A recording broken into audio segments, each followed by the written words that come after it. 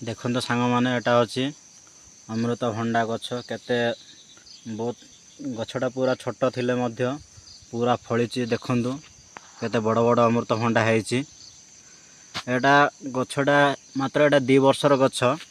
तो मु ए गछटा को तले बाँस किला देकी किला देइथिली 2टा किला देइथिली।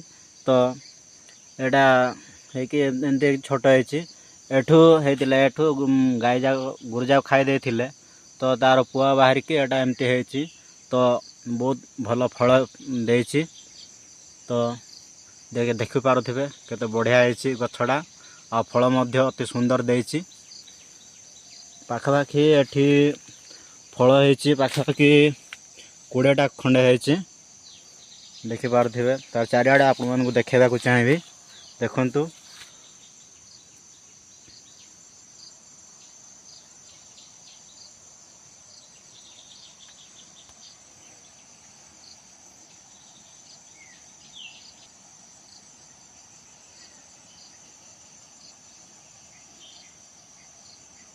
देखि पारुथिबे गछ केते फल आसछि।